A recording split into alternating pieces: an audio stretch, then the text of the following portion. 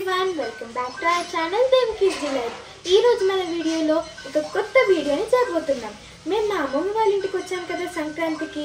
So మేము morning లేవగానే వాళ్ళు ఏదో ఒకటి డిస్కస్ చేసుకుంటూ ఉంటారు, వాళ్ళ టైం స్పెండ్ చేస్తూ ఉంటారు. ఇప్పుడున్న బిజీ షెడ్యూల్కి ఎవరు అలా టైం స్పెండ్ చేయరు. మరి అప్పట్లో వాళ్ళు జర్నీని ఎలా ఉండేదో మనం ఈరోజు చిన్ని క్వశ్చన్స్ వాళ్ళని అడిగి తెలుసుకుందాం. అంజనాదేవి, మీట్ మై తాత వెంకటేశ్వరమ్మ.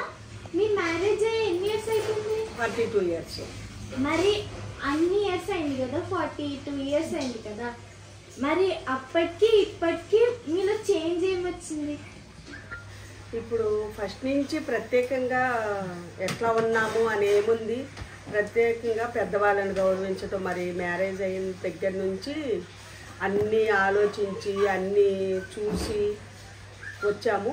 ఆ దేవుడు దయ వల్ల కూడా దేవుడు అండ ఉండి, పెద్దవాళ్ళు అండ ఉండి, మా పిల్లల్ని కూడా చూసుకుంటూ మంచి చెడు చూసుకుంటూ అన్నీ ఇక్కడ దాకా వచ్చాము. ఎలాంటి లోటుపాట్లు ఎలాంటి ఆటంకాలు లేకుండా. కష్టాలు అనేది వస్తాయి, మనకే కదా వచ్చేది. వచ్చినా కూడా అవన్నీ నెట్టుకుంటా వచ్చి మేమంటూ ఏమీ ఒక మాట కూడా అనుకునే వాళ్ళం కాదు. ఎప్పుడన్నా అనుకున్నా మళ్ళీ మాకు మేమే చదువుకుపోతూ మాకు మేమే కాంప్రమైజ్ నవ్వుతూ ఇక్కడ దాకా వచ్చాము. అదే హ్యాపీ. అమ్మమ్మ, మరి నీకు తాతలో నచ్చిన విషయం ఏంటి? తాత నీకు అమ్మమ్మలో నచ్చిన విషయం ఏంటి? నాకు నచ్చిన విషయంలో ఏంటంటే, ఇప్పుడు ఉన్న దాంట్లో సరిపెట్టుకుని ఉన్న దాంట్లో మనం నా పద్ధతి ప్రకారం ఫాలో అవుతూ ఉంటుంది. అది నాకు నచ్చిన విషయం. నాకు నచ్చిన విషయం ఏంటంటే, మా ఆయనలోను వాళ్ళ అమ్మా నాన్న విషయంలో ఏదైనా సరే ఆయన పనేది ఆయన చేసుకుంటారు, కానీ వాళ్ళ అమ్మా నాన్నని అట్లా వేరేగా అంటం కానీ చేయటం కానీ చెయ్యరు. అదొకటి బాగా నచ్చిద్ది నాకు. ఇంకపోతే ఏదైనా విషయంగా గొడవలు అయినా కూడా ఈయన పట్టించుకోరు. ఏమన్నా ఉంటే మీరు అత్తకోళ్ళు మీదే చూసుకోండి అని పట్టించుకోరు. ఆయన పనేది ఆయన చేసుకుంటారు. ఇంకా ఏదైనా ఇంట్లోకి ఏదైనా కావాలన్నా సరే ఆయనే తీసుకురావడం, నేను కూడా ఆయన ఫాలో అవ్వడం. అట్లా మా పిల్లలు కూడా ఆయన మాట వినడం కానీ, మరి వినాలి కదా ఆయన మాట, పెద్దోడు కదా ఇంటికి, అట్లాగా కంటిన్యూ అయిపోయాము ఇప్పటి వరకు. అంతే. మీ ఇద్దరు ఫస్ట్ ఎప్పుడు కలుసుకున్నారు? ఫస్ట్ అంటే ఎప్పుడు కలుసుకోవాలా, ఒక మ్యారేజ్లో అయితే మ్యారేజ్లో అట్లా తెలుసు, మా అమ్మ చెప్పింది, కానీ మేమంతా పట్టించుకోలేదు. తర్వాత మా ఇంటికి పెళ్లి చూపులకు వచ్చారు, అంతే. అప్పుడే ఫస్ట్ టైం చూసుకోవడం, అంతే. తాత మరి మీ ఇద్దరు పెళ్లి చూపులు ఎలా జరిగాయి? వాళ్ళ అమ్మమ్మ వాళ్ళ ఇంటి దగ్గర మేము ఉండేవాళ్ళం. ఆమె పలానా మా అమ్మాయి కూతురు ఉందమ్మా అని చెప్తే, మా అమ్మకి చెప్తే మేము వాళ్ళ అమ్మ వచ్చినప్పుడు చూసి వెళ్ళి వాళ్ళ గుంటూరు వెళ్ళి చూసాము.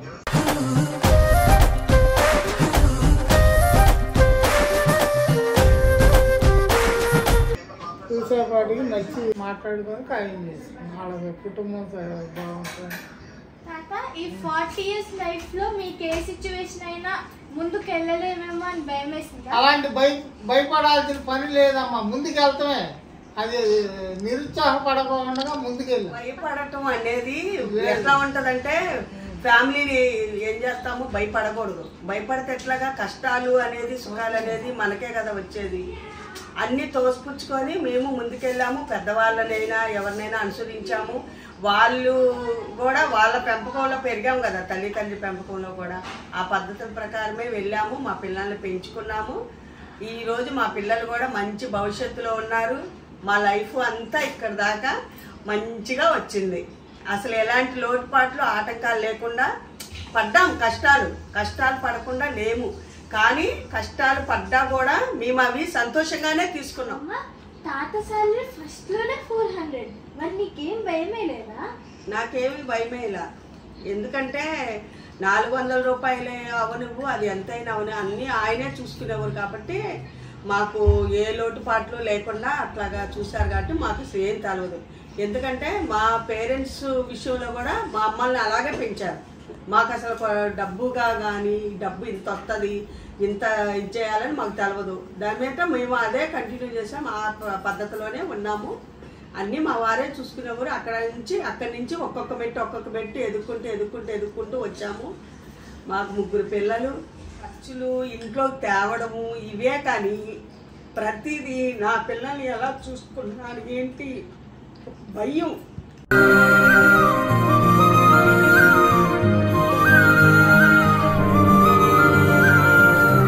కానీ అయినా కూడా నా పిల్లల్ని మంచిగా చూసుకున్నాను, వాళ్ళు మంచిగా ఉన్నారు. ఈరోజు వాళ్ళ భవిష్యత్తు, వాళ్ళ లైఫ్ వాళ్ళు తీర్చిదిద్దుకుంటున్నారు. మమ్మల్ని కూడా పట్టించుకుంటూ, మమ్మల్ని కూడా చూసుకుంటూ, అంటే మేము వాళ్ళ మీద ఏమీ ఆధారపడలేము. మా రూపాయి మాకు ఉంది, అయినా కూడా రూపాయి ఉన్నా కూడా ఒక రకం పిల్లలు ప్రేమ అవి మాకు అన్నీ అందుతున్నాయి. మాకు ఇవి చాలు.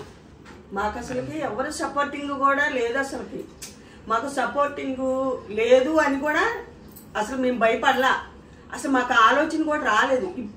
ఇప్పుడు ఉన్న జనరేషన్ బట్టి చూస్తుంటే ఇంతమంది సపోర్ట్ ఉన్నా కూడా ఈ పిల్లలు ఎందుకు ఇలా అయిపోతున్నారు అన్న ఆలోచన నాకు ఇప్పుడు కలుగుతుంది, కానీ నాకు అప్పుడు తెలవదు. అసలుకి మాకంటూ సపోర్ట్ అసలుకి ప్రత్యేకంగా నా తరపున నా పుట్టింటోళ్ళు లేరు, మా వారు మా అత్తగారు వాళ్ళు కానీ ఎవరు సపోర్ట్ మేము తీసుకోవాలి. కానీ ఏంటంటే ఉండటం అయితే అందరి మధ్యన ఉన్నాం మేము, అంతే. ఎవరి బతుకులు వాళ్ళే బతికాము, మా బతుకులు మేమే బతికాము. మాకైతే ఎవరు సపోర్టింగ్ లేదు. మా వారు మొత్తం కష్టార్జితమే. మేము ఇక్కడ దాకా వచ్చామంటే ఆయన రూపాయి ఆయన కష్టార్జితమే, ఎవరు ఇచ్చిన రూపాయి కాదు. అసలు మీ మ్యారేజ్ అయిన కొత్తలో మీ అమ్మ వాళ్ళు ఎప్పుడైనా గుర్తొచ్చేవాళ్ళ? మా అమ్మ వాళ్ళు అసలు ఎప్పుడు గుర్తురాల నాకైతే. ఎందుకంటే ప్రేమ లేక కాదు. ఇక్కడ ఏంటంటే ఇక్కడ నాకు మా అత్తగారు, మా ఆడపడుచులు, మా మరుదులు, మా మామగారు నాతో బాగుండేవాళ్ళు. నేను వాళ్ళలో కలిసిపోయేదాన్ని.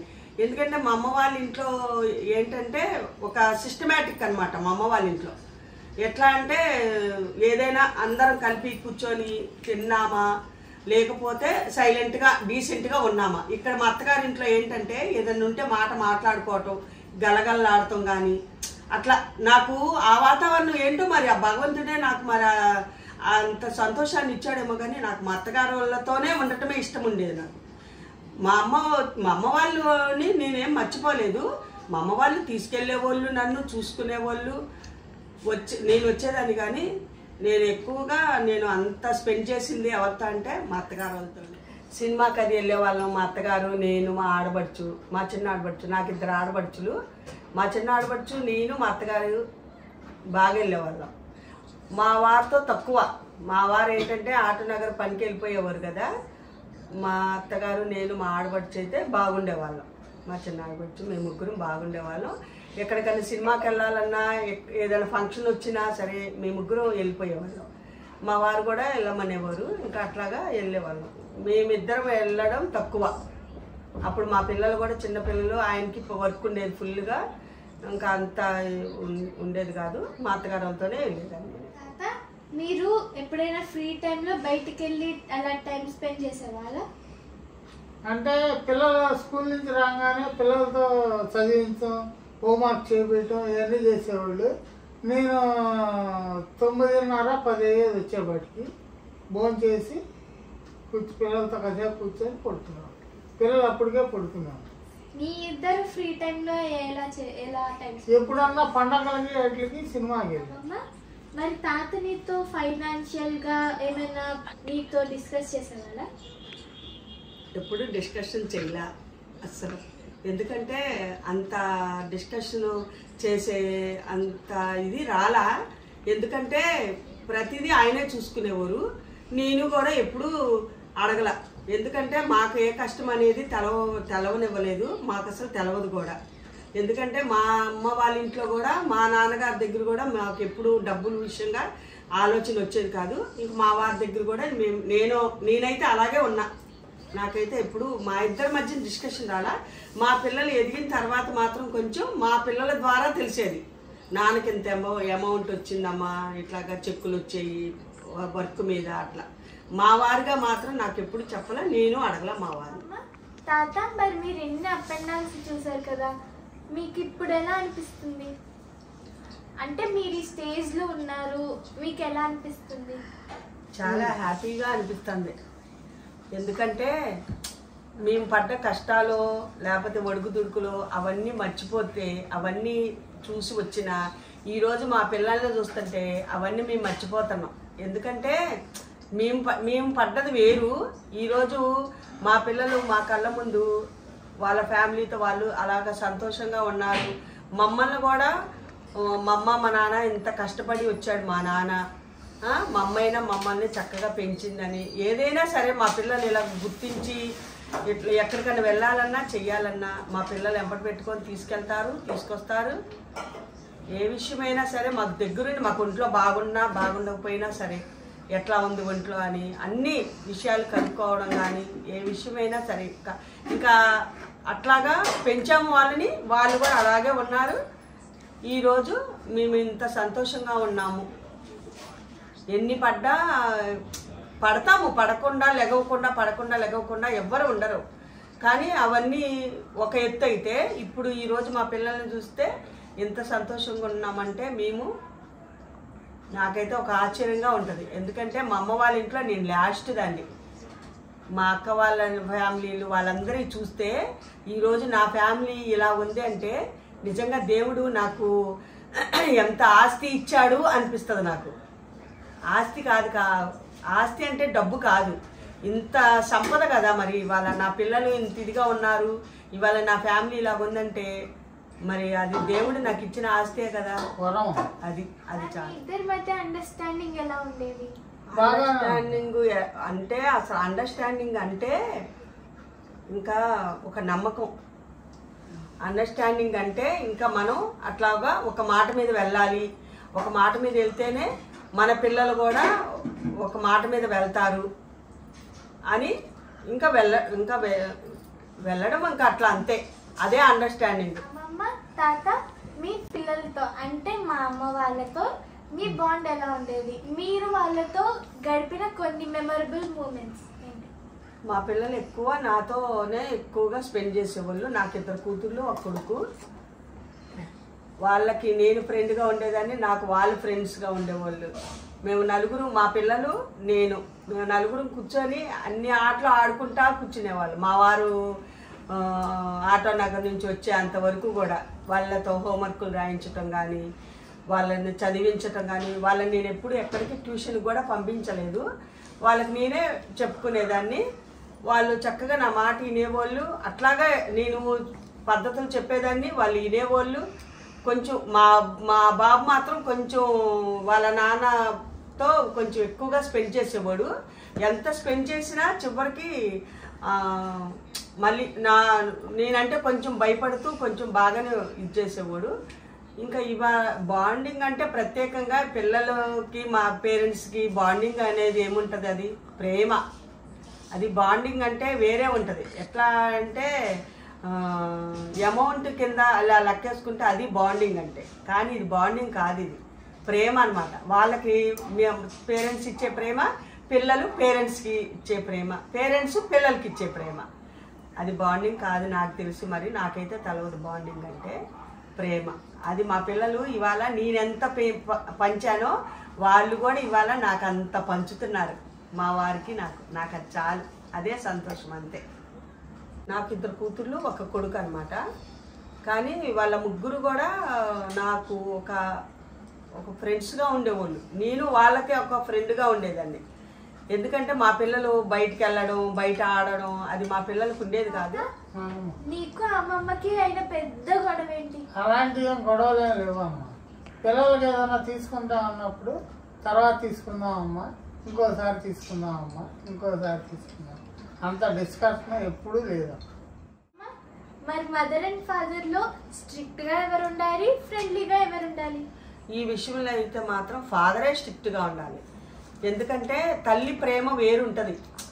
పెట్టే విషయంలో కానీ కొంచెం ఏమన్నా కోపడినా కూడా అయ్యో అనవసరంగా అరిచానే అని ఏడ్చుకుంటాం తల్లులవి. అదే తండ్రి ఏంటంటే నా పిల్లలు మంచి పేరు తేవాలి, మంచిగా నడవాలి, వాళ్ళు వృద్ధిలోకి రావాలి, వాళ్ళకి ఏమైనా కొనిపెట్టాలి, వాళ్ళు దర్జాగా ఉండాలని తండ్రి అనుకుంటాడు. కానీ కాబట్టి ఈ విషయంలో మాత్రం తండ్రే స్ట్రిక్ట్గా ఉండాలి.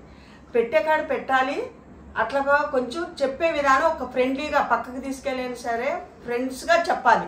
ఇట్లా ఉండాలి, ఇట్లా ఉంటేనే నీ లైఫ్ బాగుంటుంది ఇట్లాగా. కానీ తల్లి చెప్పిన తల్లి ప్రేమ వేరుంటుంది. అట్లా అర్థం చేసుకునే తత్వం కొంచెం తక్కువ ఉంటుంది. కానీ తండ్రే స్ట్రిక్ట్గా ఉండాలి, తల్లి ప్రేమగా ఉండాలి. ఏ విషయమైనా సరే ఇప్పుడు బిడ్డ కొంచెం లేటుగా వచ్చినా తల్లి ఎదురు చూస్తూ ఉంటుంది, ఏంటి ఇంకా రాలేదు అని. ఇప్పుడు తండ్రి ఏంటంటే వస్తానులే ఎందుకు కంగారు అని తల్లికి ధైర్యం చెప్తాడనమాట భార్యకి.